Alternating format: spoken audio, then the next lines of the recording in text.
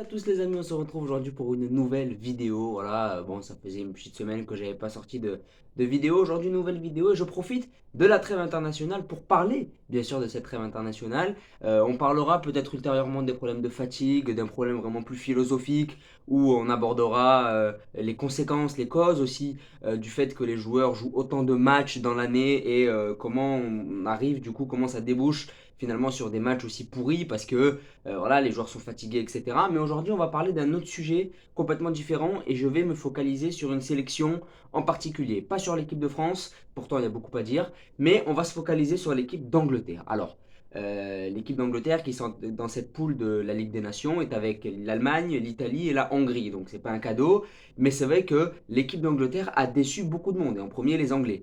Mais elle m'a surtout déçu moi parce que je suis vraiment un fan de cette sélection anglaise. Quand je vois tous les noms qu'il y a dans cette équipe, c'est avec regret que je regarde vraiment les matchs de cette équipe parce qu'il y a tellement à faire dans cette sélection anglaise. Et aujourd'hui, on va se poser la question, quel est le problème? Alors, il y a beaucoup de raisons à ce problème, beaucoup de causes, voilà, qui débouchent aussi sur des conséquences, mais pour moi, la première cause du problème anglais, c'est le sélectionneur, tout simplement. Alors, il faut savoir que les joueurs de la sélection anglaise, enfin, la sélection anglaise est composée de joueurs qui ont pour coach des Klopp, des Tuchel, des Guardiola, qui ont vraiment des coachs stars. Pas tous, parce qu'il y en a qui jouent à Leeds, il y en a qui jouent à West Ham, il y en a qui jouent à Crystal Palace aussi, il y en a beaucoup qui jouent à Crystal Palace. Voilà, il y a quand même des joueurs qui ont des coachs un peu moins renommés, mais le bloc vraiment des leaders de cette sélection anglaise ont pour entraîneur des légendes du coaching, vraiment des super coachs. Dites à Kyle Walker, à Jack Grealish, à Trent Alexander-Arnold, à Mason Mount, qui eux côtoient Tuchel, Klopp et Guardiola toute l'année, dites-leur maintenant vous allez avoir Gareth Southgate comme sélectionneur. Forcément, le Mason Mount, le Alexander Arnold, le Jack Grealish, bah, il va forcément mal se comporter ou peut-être qu'il va avoir un problème d'ego, qui va se dire je suis coaché par Guardiola dans mon club, je suis coaché par Klopp dans mon club, bah, quand je vais arriver en sélection anglaise, je m'en fous, c'est Southgate. Donc voilà, tout simplement, c'est psychologique dans la tête des joueurs, c'est comme ça. Ils se disent c'est Southgate, bon, ben, je peux faire un peu ce que je veux. Je dis pas qu'ils font n'importe quoi à l'entraînement, je dis pas que c'est ça le problème. Mais je dis que psychologiquement, quand tu sais que ton sélectionneur c'est Southgate, ben, finalement il y a un peu moins de problèmes, il y a un peu moins de peur. C'est pas un coach qui a une grande renommée. C'est surtout un coach aussi, Southgate, qui a été humilié en 96. C'est lui qui rate le penalty de l'Angleterre à l'Euro. Donc voilà, là-bas il est considéré vraiment comme le chat noir. Là on le met sélectionneur. C'est vrai qu'il a la classe, hein. Il met des beaux vêtements, c'est vraiment la classe à l'anglaise. Il est pas moche. Mais c'est pas ça qu'on demande d'un entraîneur. Moi, je demande d'un entraîneur, quand il a tous ces joueurs-là, de faire du jeu. Et le problème de l'Angleterre, c'est le jeu. Quand tu as autant de bons joueurs, et c'est le même problème pour l'équipe de France, quand tu as autant de bons joueurs, tu peux pas te permettre de faire une boubie comme ça. Voilà. Deuxième point, faut pas oublier que l'euro a été l'arbre qui cache la forêt pour cette sélection anglaise. Faut pas dire que oui, l'Angleterre est allée en demi-finale de la Coupe du Monde et en finale de l'euro. Ils avaient, pour la Coupe du Monde, ils avaient un tableau absolument dégagé. Suisse et Suède en huitième et en quart. Il n'y a pas plus dégagé comme tableau. Quand on voit ce qu'a tapé la France, on se dit vraiment, les Anglais, ils jouent en claquette. Vraiment, ce tableau-là, c'était facile. Et quand ils sont arrivés contre les Croates, on a dit, ils vont se qualifier, c'est sûr. Mais les Croates étaient bien meilleurs, malheureusement pour eux. Et puis à l'Euro, c'est pareil. À l'Euro, ils prennent l'Ukraine en quart de finale, je crois.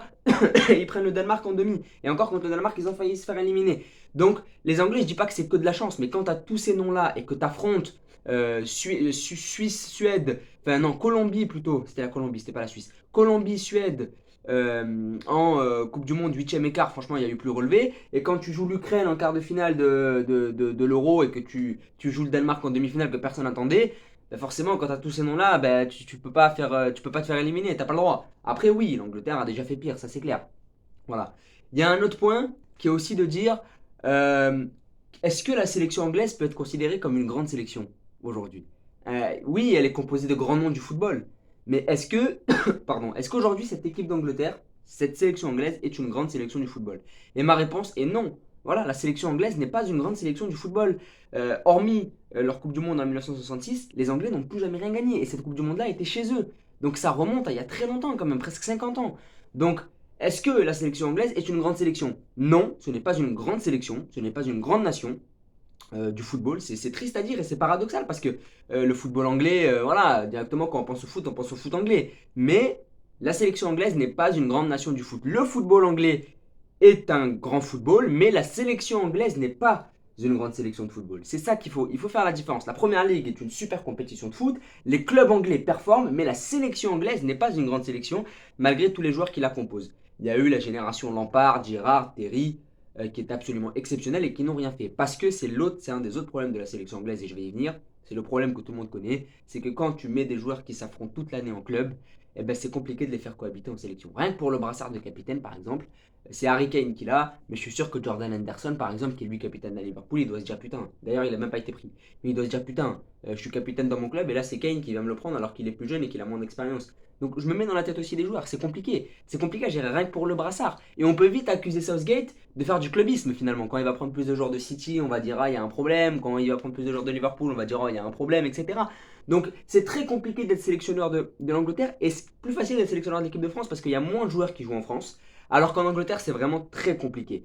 Et le contre-exemple parfait à ce clubisme, à cette difficulté de faire cohabiter des joueurs qui s'affrontent toute l'année, c'est la sélection espagnole 2008, 2010, 2012, qui était composée que de joueurs quasiment du Barça et du Real et qui ont réussi à cohabiter ensemble, alors qu'on sait qu'en Espagne, en plus, un pays très régional, où vraiment l'Andalousie, la Catalogne, la région madrilène sont vraiment très divisés, c'est presque même pas le même pays, c'est même pas la même culture, et pourtant ils ont réussi à cohabiter.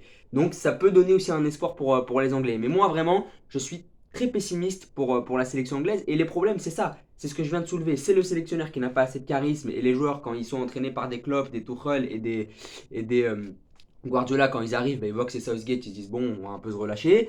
C'est aussi la fatigue. Prendre 4-0 contre la Hongrie, normalement, quand t'es pas fatigué, tu prends pas 4-0 contre la Hongrie. Aussi, il y a le facteur fatigue et ça dédouane un peu les Anglais. Il y a aussi le fait que les joueurs s'affrontent toute l'année en club, et je pense que ça c'est compliqué. Quand on s'affronte toute l'année en club, ben forcément on a envie d'être avec les joueurs. Par exemple, je sais pas, je pense que les joueurs de City restent ensemble, je pense que les joueurs de Liverpool restent ensemble, etc. C'est normal, j'ai envie de te dire, c'est logique, c'est humain qu'on reste ensemble parce qu'on est ensemble toute l'année, donc on a envie aussi de rester ensemble.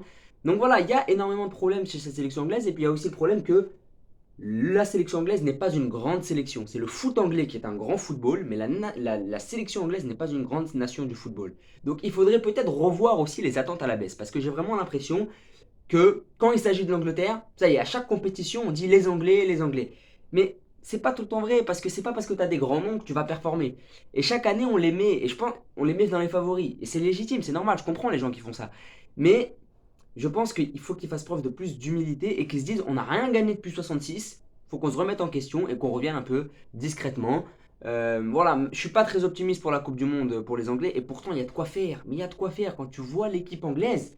Tu te dis mais c'est quoi ça quoi.